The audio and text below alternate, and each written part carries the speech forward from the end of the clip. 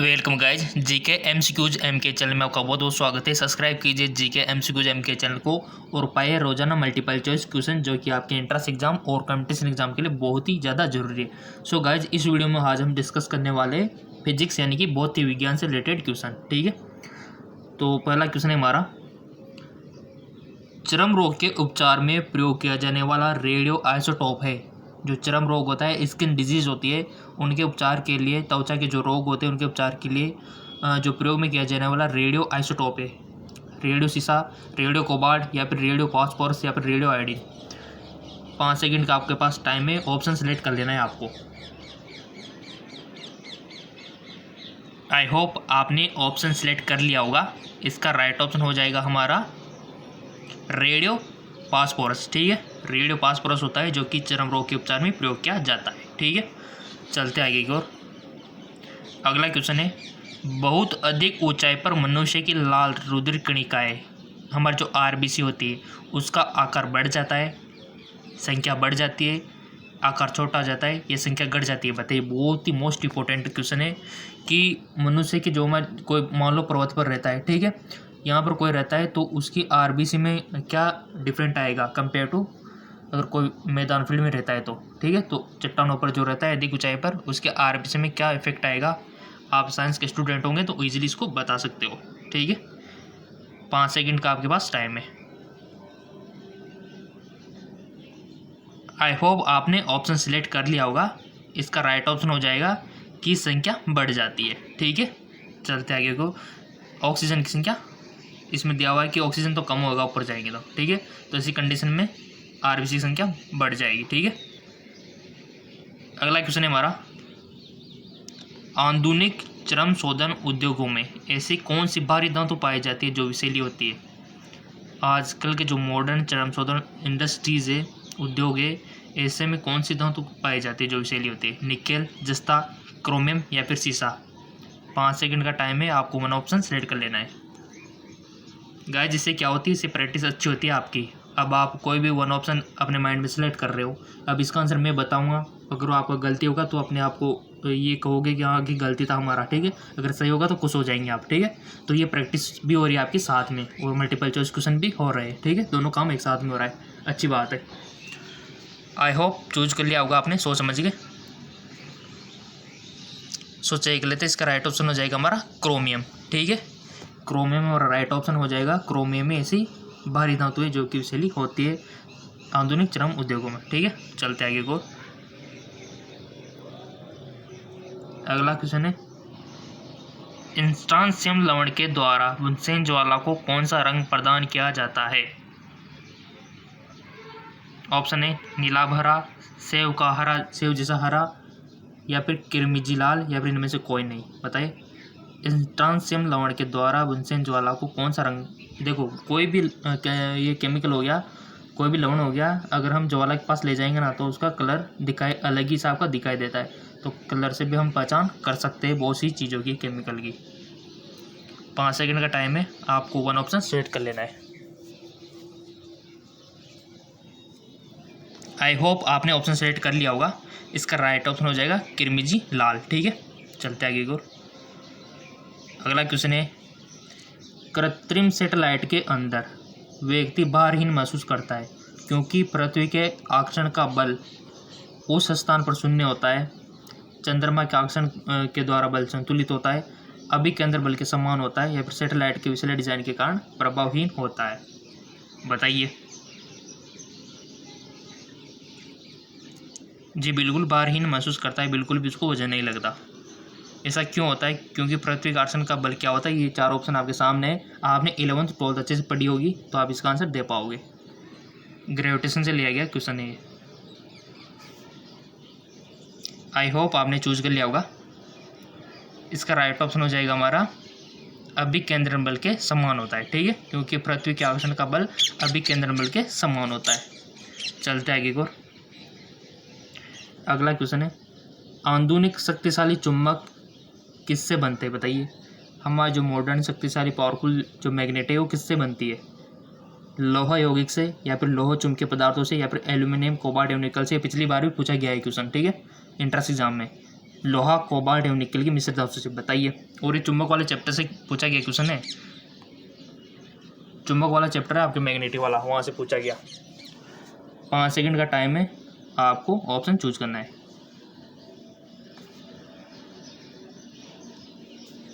I hope आपने 1 option select कर लिया होगा। सो गाइज इसका राइट ऑप्शन हो जाएगा हमारा एल्यूमिनियम, कोबाल्ट और निकल की मिश्र धातु से। ठीक है, ये इसी के बने होते हैं आधुनिक जो चुंबक आ रहे हैं ना। ठीक है, एल्यूमिनियम, कोबाल्ट और निकल के। ठीक है, तो ये आपको याद रखना है, एल्यूमिनियम, निकल और कोबाल्ट। मैग्नेटिक वाला चैप्टर पढ़ोगे तो आपको अस्थायी चुंबक, अस्थायी चुंबक दोनों पढ़ने को मिलेगी, और उसमें से आपको प्राकृतिक चुंबक को भी देखने को मिलेगी। ये सारी चीज़ आपको देखनी है। ठीक है, तो उसी चैप्टर से लिया गया क्वेश्चन है, लोहा, कोबाल्ट और निकल की मिश्र धातु से। ठीक है, चलता है एक और, एल्यूमिनियम, कोबाल्ट और निकल। ठीक है, अगला क्वेश्चन है आपका, निम्नलिखित में से कौन सी घटना सबसे पहले घटी थी? आपके सामने 4 ऑप्शन दिए हुए। अल्बर्ट आइंस्टाइन ने सामान्य आपक्षिकता सिद्धांत प्रस्तुत किया, मैक्स प्लैंक ने क्वांटम सिद्धांत का प्रतिपादन किया, या फिर मार्कोनी ने प्रथम बेतार सिंगल भेजा, या फिर मैडम क्यूरी प्रथम महिला नोबेल पुरस्कार विजेता बनी। बताइए इसका राइट ऑप्शन क्या होगा।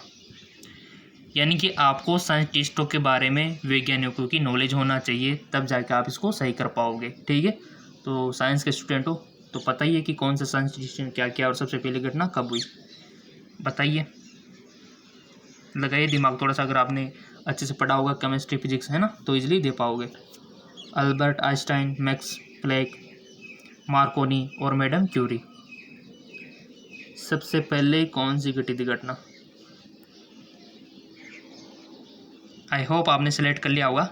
इसका राइट ऑप्शन हो जाएगा मार्कोनी ने प्रथम बेतार सिंगल भेजा। ठीक है, मार्कोनी ने प्रथम बेतार सिंगल भेजा, ये घटना सबसे पहले घटी थी। ठीक है, उसके बाद ये सब हुआ, उसके बाद ही हमारे अल्बर्ट आइंस्टाइन के सिद्धांत आए, उसके बाद ही मैडम क्यूरी ने प्रथम नोबेल विजेता हासिल की। ठीक है, मैक्स प्लैंक ने क्वांटम सिद्धांत भी बाद में दिया। ठीक है, चलता है एक और मोस्ट इंपोर्टेंट क्वेश्चन है।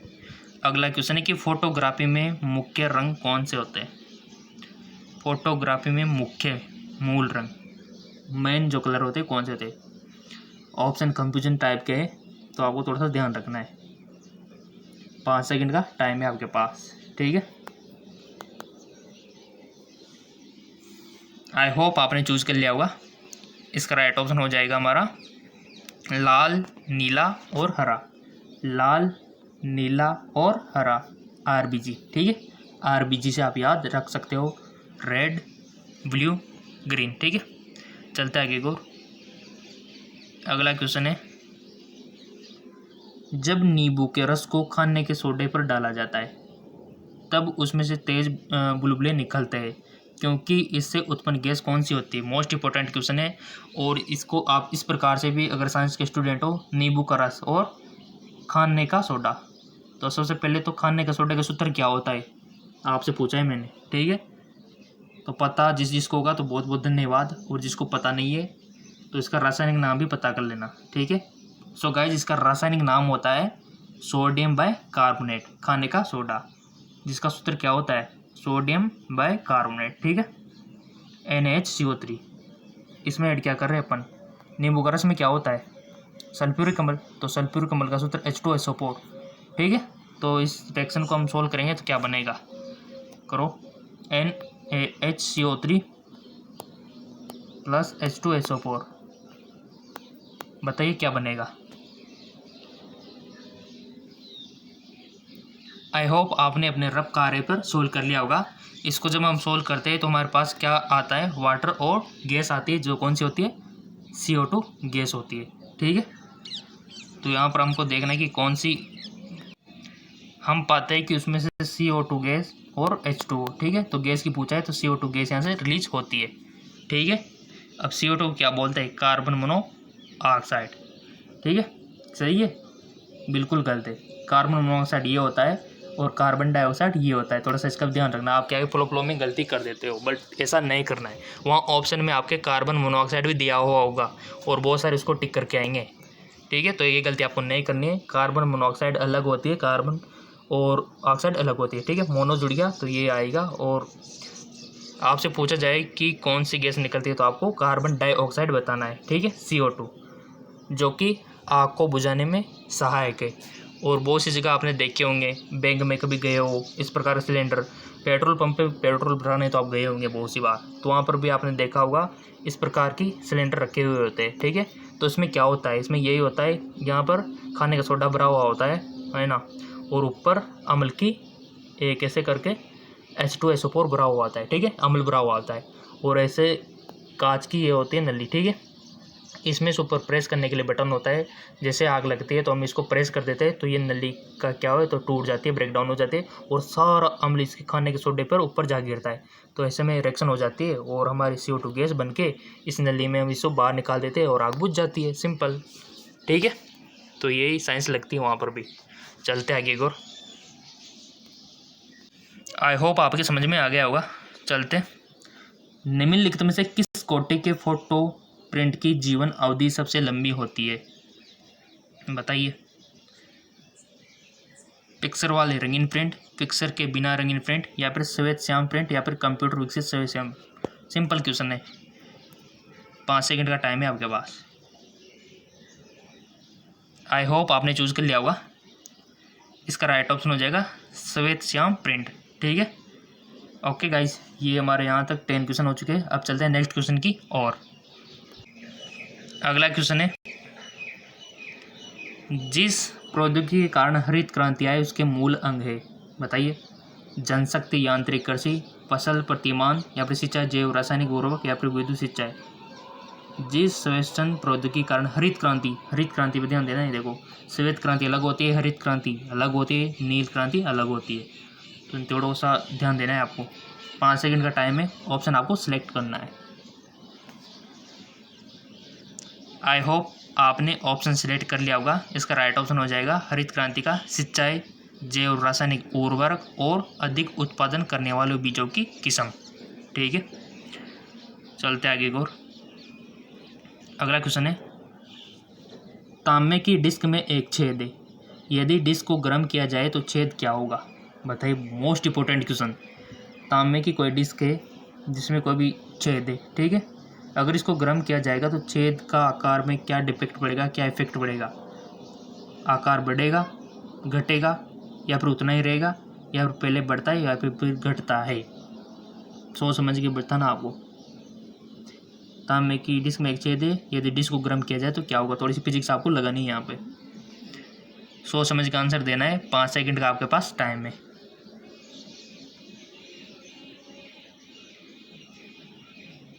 आई होप आपने 1 ऑप्शन सिलेक्ट कर लिया होगा। इसका राइट ऑप्शन हो जाएगा हमारा घटता है, सिंपल सी बात है, ठीक है। क्योंकि जो तांबे का डिस्क है और इसमें 4 है, छेद है, तो जैसे इसको गर्म करेंगे तो ये क्या होगा, छेद तो इसमें क्या होगा, उतना ही घटेगा छेद तो, ठीक है। चलते आगे को। बहुत सारे क्या होते हैं इसमें वर्दी लिख देते हैं, जबकि ऐसा गलत है, घटता ही है, ठीक है। अब आप बोलेंगे सर वो तो फेल लेना चाहिए ना। जी हाँ, बिल्कुल। देखो, आपके कंफ्यूजन में क्लियर कर देता हूँ। आप सोच रहे होंगे सर इस प्रकार का कोई डिश है, बीच में छेद है, तो इसको गर्म किया जाए तो ये तो फैलना चाहिए ना, ये तो फैलेगा सर। तो इस हिसाब से तो हमारा जो छेद है इसका, तो इसको तो फैलना चाहिए और इसको बढ़ना चाहिए, ये घट क्यों रहा है। सो गाइज, बिल्कुल आपने सही सोचा, बट इसको जैसे गर्म करेंगे अपन डिश को, तो ये इसमें क्या होगा, फैला होगा सभी में, ये बाहर भी फैलेगा और अंदर भी फैलेगा, तो ये दोनों तरफ फैलेगा ना, तो हमारा छेद तो वैसे ही घटेगा। सिंपल सी बात है, थोड़ा सा दिमाग लगाने वाली बात है, ये इधर भी तो फैलेगा ना, ठीक है। तो इस वजह से ऐसा होता है, और इसको अगर ठंडा में रखा जाए तो इसका अपोजिट हो जाएगा। चलते आगे की ओर। फिजिक्स देखो बहुत इजी सब्जेक्ट है गाइस, इसको बहुत सारे हार्ड समझते हैं, बट ऐसा कुछ भी नहीं है।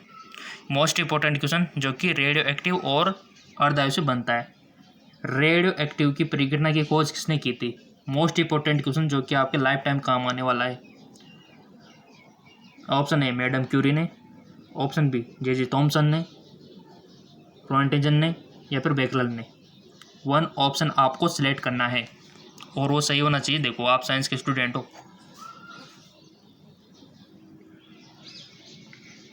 आई होप आपने 1 ऑप्शन सेलेक्ट कर लिया होगा। इसका राइट ऑप्शन हो जाएगा हमारा बेकरल ने, ठीक है। अगर पता नहीं तो इसको लिख के रख लो। रेडियो एक्टिविटी की खोज किसने की थी, हमारा जो रेडियो एक्टिव होता है उसकी खोज बेकरल ने की थी, ठीक है। चलते आगे की ओर। अगला क्वेश्चन है हमारा, औद्योगिक बहिस्त्राव द्वारा किए जाने वाले जल प्रदूषण को रोकने के लिए निम्नलिखित में से कौन सा अपत्र को उपयोग पाया गया? पातेनियम, हाथी घास, जलकुंभी या फिर इनमें से कोई नहीं। 5 सेकंड का टाइम है, आपको वन ऑप्शन सिलेक्ट कर लेना है। आई होप आपने सिलेक्ट कर लिया होगा। इसका राइट ऑप्शन हो जाएगा जलकुंभी। ठीक है, ये क्वेश्चन पिछली बार आ चुका है। चलते आगे और, निम्नलिखित में से कौन सी गैस उच्चतम उसमें मान रखती है? कौन सी गैस उच्चतम उसमें मान रखती है? प्राकृतिक गैस, भाप अंगार गैस या फिर कोयला गैस या फिर इंडियन गैस। 5 सेकंड का टाइम है, आपको वन ऑप्शन सेलेक्ट कर लेना है। आई होप आपने वन ऑप्शन सेलेक्ट कर लिया होगा। इसका राइट ऑप्शन हो जाएगा प्राकृतिक गैस जो होती है वो उच्चतम मान रखती है उसमें का। ठीक है, उच्चतम उसमें मान रखती है। ठीक है, चलते आगे और, अगला क्वेश्चन है, इनसेट 2E कहाँ से प्रमोचित किया गया? देखो चंद्रयान 2 से भी क्वेश्चन बन सकते हैं आपके, तो चंद्रयान 2 के भी मैं करवा दूंगा। ठीक है, अगर आपके कमेंट आएंगे तो मैं करवा दूंगा। गाइज चंद्रयान 2 से आपके क्वेश्चन बन सकते हैं। ठीक है, चंद्रयान 2 से, तो अगर आपके कमेंट आएंगे ना बहुत सारे, तो चंद्रयान 2 के ऊपर भी मैं MCQs बना दूंगा, मल्टीपल चॉइस क्वेश्चन जो कि आपके इंट्रेंस एग्जाम के लिए बहुत इंपॉर्टेंट है। बट आपके कमेंट आना चाहिए अच्छे अच्छे। चलते आगे को, हमारा ये हो गया कि इनसेट 2E कहाँ से प्रमोचित किया गया? बीकानेर, कोरू, हरिकाकोट या फिर चांदीपुर। बताइए राइट ऑप्शन क्या होगा? आई होप आपने वन ऑप्शन सेलेक्ट कर लिया होगा। इसका राइट ऑप्शन हो जाएगा कोरू। ठीक है, इनसे 2 कहाँ से लॉन्च किया गया था? कोरू से। ठीक है, और चंद्रयान 2 कहाँ से किया गया था आपको बताना है। चलते आगे और, नीचे दिए गए ईंधन में किसमें सर्वाधिक उसमें मान होता है? बताइए, कोक में या फिर पत्थर का कोयला में या फिर लकड़ी में या फिर प्राकृतिक गैस में? किस ईंधन में सर्वाधिक उसमें मान होता है? देखो सबका अलग अलग उसमें मान होता है। ठीक है, गैस का अलग होता है, हमारा जो लकड़ी होता है उसका अलग होता है, कोयले का अलग होता है, कागज़ का अलग होता है, प्लास्टिक का अलग होता है, सबका उसमें मान अलग अलग होता है। तो सर्वाधिक पूछा इसने, तो बताइए। 5 सेकंड का टाइम है, ऑप्शन आपको सिलेक्ट करना है। आई होप आपने वन ऑप्शन सेलेक्ट कर लिया होगा। इसका राइट ऑप्शन हो जाएगा प्राकृतिक गैस, तभी तो इसको प्रायोरिटी दी जाती है प्राकृतिक गैस को। ठीक है, चलते आगे, जबकि लकड़ी को नहीं दी जाती क्योंकि लकड़ी जो होती है वो प्रदूषण ज़्यादा करती है।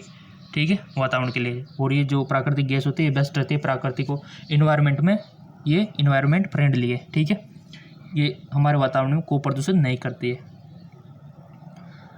अगला क्वेश्चन है, सागर में बहते हिमखंड के द्रव्यमान के कुल 10 भागों में कितना जल तल के ऊपर होगा? नॉलेजफुल वीडियो है ये, हमारा नॉलेजफुल क्वेश्चन है, तो बताइए इसका राइट ऑप्शन क्या होगा? सिंपल, 1 भाग। ठीक है, चलते आगे। कुछ क्वेश्चन आपके जनरल नॉलेज से पूछ लिए जाते हैं, इक्का दुक्का पूछ लिए जाते हैं, ज़्यादा नहीं। ठीक है, अगला क्वेश्चन है कि चंद्रमा पर क्या नहीं होने के कारण वहाँ किसी प्रकार का जीवन नहीं है? बताइए, वहाँ पर नाइट्रोजन नहीं है, गंधक नहीं है, ऑक्सीजन नहीं है या फिर जल नहीं है? किस चीज़ की कमी के कारण वहाँ जीवन नहीं है? बताइए। 5 सेकंड का आपके पास टाइम है। आई होप आपने वन ऑप्शन सेलेक्ट कर लिया होगा। इसका राइट ऑप्शन हो जाएगा जल के कारण। ठीक है, यहाँ पर जल की कमी है चंद्रमा पर, इस कारण यहाँ पर क्या नहीं है? जीवन नहीं है। और आपको पता है कि जल ही जीवन है। ठीक है, और वही नहीं है तो फिर जीवन भी नहीं है, सिंपल सी बात है। चलते आगे, अगला क्वेश्चन है हमारा, नाभिकीय रिएक्टर से इनमें कौन सा ईंधन का काम करता है? नाभिकीय रिएक्टर जो होता है ना, उसमें कौन सा ईंधन का काम करता है? मोस्ट इंपॉर्टेंट क्वेश्चन है, और नाभिकीय रिएक्टर से क्वेश्चन बनते चाहे वो आपका नाभिकीय संलयन हो, नाभिकीय विखंडन हो, क्वेश्चन बनते नाभिकीय संलयन, विखंडन और रिएक्टर से। थोड़ा सा इसको ध्यान रखना है आपका। बताइए, और सबका सही जाना चाहिए। देखो अगर गलती किया तो अपने आप को एक चटा मार लेना, सिंपल सा क्वेश्चन है।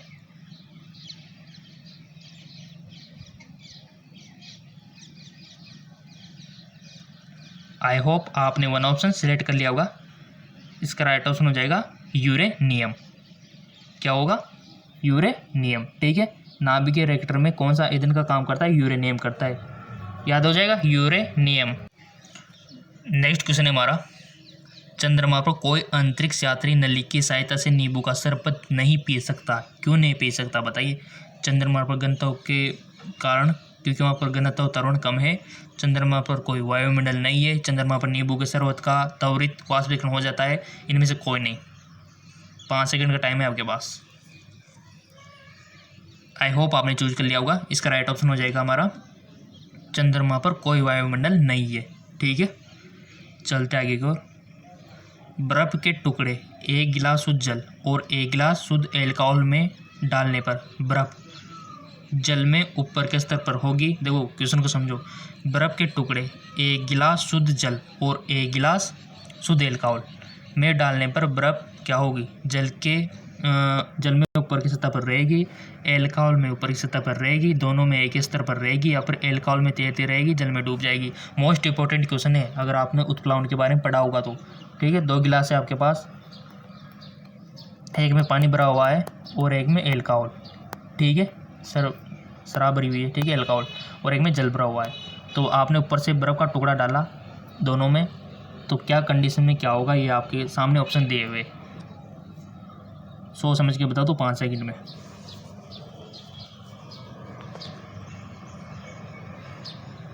आई होप आपने 1 ऑप्शन सिलेक्ट कर लिया होगा। इसका राइट ऑप्शन हो जाएगा, जल में ऊपर की सतह पर रहेगी। ठीक है, जी हाँ बिल्कुल, जो वाटर होता है ना उसके ऊपरी सतह पर तैरती रहेगी। चलते आगे को।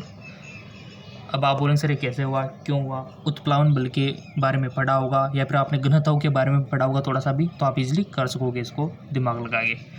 किसका घनत्व कितना कम है, किसका घनत्व कितना ज़्यादा है, ये सब घनत्व के ऊपर ही डिपेंड करता है। यानी कि तैरने का जो खेल है ना, ये घनत्व के ऊपर ही डिपेंड करता है। तभी तो आपने देखा होगा कि हमारी जो कील होती है, लोहे की कील जो होती है वो पानी में डूब जाती है। कितनी सी होती है लोहे की कील, आपने देखी होगी, छोटी सी होती है। जबकि आपने दिमाग नहीं लगाया कि ये नाव जो होता है कैसे तैर जाता है। सो गाइस, ये घनत्व का कमाल है। नाव तैर रही इतनी बड़ी, जिसमें ना जाने कितना वजन है, और एक कील है जो डूब रही है। ये सब घनत्व का कमाल है, डेंसिटी का। ठीक है, चलते आगे की ओर। चंद्रमा पर आने जाने की यात्रा के दौरान अधिकतम ईंधन खर्च कब होता है, सबसे ज़्यादा ईंधन कब खर्च होता है बताइए। उड़ान भरने के समय, चंद्रमा पर उतरने के समय, या फिर चंद्रमा से उड़ान भरने पर, चंद्रमा के गुरुत्वाकर्षण को पार करने में, या फिर पृथ्वी पर दोबारा प्रवेश करने पर, और हल्का फुल्का उतरने पर। 4 ऑप्शन आपके सामने दिए हुए, अच्छे से रीड करना है, उसके बाद आपको आंसर देना है। ठीक है, अच्छे से रीड कर लीजिए कि उड़ान भरने के समय पृथ्वी के गुरुत्व को पार करने में, या फिर चंद्रमा पर उतरने पर चंद्रमा के गुरुत्व को पार करने में, या फिर चंद्रमा से उड़ान भरते समय चंद्रमा के गुरुत्व को पार करने में, या फिर पृथ्वी पर दोबारा प्रवेश करने और हल्का हल्का उतरने पर। बताइए किस टाइम पे अधिकतम ईंधन खर्च होता है, फ्यूल खर्च होती है, स्पेंड होती है, बताइए। आई होप आपने 1 ऑप्शन सिलेक्ट कर लिया होगा। इसका राइट ऑप्शन हो जाएगा, पृथ्वी पर पुनः प्रवेश करने और हल्का हल्का उतरते समय। जैसे हम चंद्रमा पर चले गए और वापस आ रहे, तब हम उतरेंगे, उस टाइम पे ज़्यादा खर्च होता है। ठीक है, चलते आगे। अगला क्वेश्चन है, वायुमंडलीय ओजोन की ऊपरी परत निम्नलिखित में से किसकी बनी होती है। वायुमंडलीय ओजोन की ऊपरी परत निम्नलिखित में किसकी बनी हुई होती है। ऑक्सीजन में प्रावैगिक किरणों की, ऑक्सीजन में अणुओं का संयोजन, ऑक्सीजन का उच्च दाब में आना, वायुमंडल में ऑक्सीजन का नाइट्रोजन की क्रिया। बताइए इसका राइट ऑप्शन क्या होगा। आई होप आपने चूज कर लिया होगा। इसका राइट ऑप्शन हो जाएगा, ऑक्सीजन में अणुओं का संयोजन। ठीक है, अगला क्वेश्चन है मोस्ट इंपॉर्टेंट, न्यूक्लियर रिएक्टर में न्यूट्रॉन को किससे अवमंदित किया जाता है, कंट्रोल किया जाता है। मोस्ट इंपॉर्टेंट क्वेश्चन है, पिछली बार पूछा गया है। न्यूक्लियर रिएक्टर से, नाभिकीय विखंडन से, नाभिकीय संलयन से क्वेश्चन बनता है, रेडियो एक्टिविटी से, और यहाँ तक कि अर्धायु से, हाफ लाइफ से। ठीक है, ये क्वेश्चन बनते हैं यहाँ से। बताइए इसका राइट ऑप्शन क्या होगा। न्यूक्लियर रिएक्टर में न्यूट्रॉन को अवमंदित किया जाता है, विखंडन पदार्थ मॉडरेटर किससे अवमंदित किया जाता है, मॉडरेटर्स, या फिर नियंत्रक छड़, या फिर शीतलक प्रसाद। सब कुछ पढ़ा हुआ है आपने नाभिक के चैप्टर में, न्यूक्लियस के चैप्टर में। आई होप आपने सिलेक्ट कर लिया होगा 1 ऑप्शन। हमारा जो राइट ऑप्शन होगा वो होगा मॉडरेटर। ठीक है, न्यूक्लियर रिएक्टर में न्यूट्रॉन को किससे अवमंदित किया जाता है? मॉडरेटर से। ठीक है, याद रह जाएगा मॉडरेटर। चलते आगे, अगला क्वेश्चन है 26। निम्नलिखित में से वह कंपनी कौन सी है जिसने ट्रांजिस्टर रेडियो का आविष्कार किया? सोनी, ग्रेडिंग, पैनासोनिक या फिर टेल्स्ट्रा? बताइए।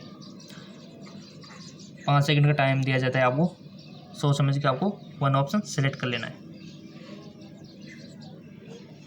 आई होप आपने वन ऑप्शन सेलेक्ट कर लिया होगा। देख लेते हैं, इसका राइट ऑप्शन हो जाएगा सोनी। ठीक है, सोनी ने किया था। अगला है हमारा 27। डीजल इंजन में ईंधन को ज्वलित करने के लिए आवश्यक उच्च तापमान किसके द्वारा प्राप्त किया जाता है? बैटरी द्वारा, सिलेंडर द्वारा, बिजली की चिंगारी द्वारा? ये ऑप्शन आपके सामने। एग्जैक्ट ऊष्मा का प्रयोग कर बताइए, इसका राइट ऑप्शन क्या होगा? आई होप आपने वन ऑप्शन सेलेक्ट कर लिया होगा। इसका राइट ऑप्शन हो जाएगा सिलेंडरों में वायु को संपीड़ित करके। ठीक है, अगला है हमारा निम्नलिखित में से कौन सी ग्रीन हाउस गैस है? ग्रीन हाउस गैस बचपन से पढ़ते आ रहे होंगे आप। ऑक्सीजन, नाइट्रोजन, कार्बन डाइऑक्साइड या फिर ओजोन? बताइए कौन सी ग्रीन हाउस गैस है, ये आपके लाइफ टाइम काम आएगा। बहुत से जो जॉब के एग्जाम देते हैं वहाँ पर पूछ लिया जाता है ये ग्रीन हाउस वाला। 5 सेकंड का टाइम है, वन ऑप्शन सेलेक्ट करना है आपको।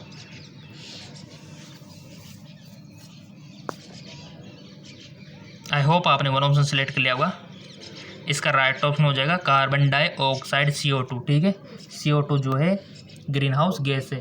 ठीक है, इसके साथ में कुछ और भी जो कि आपको याद होनी चाहिए ग्रीन हाउस, ठीक है, गैस के बारे में।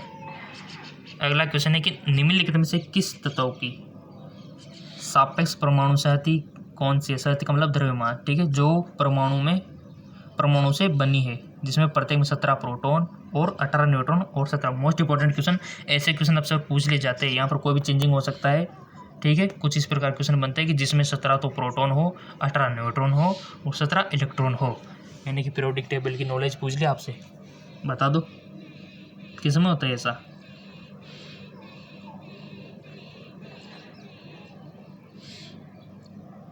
(52, 35, 18 या फिर 17?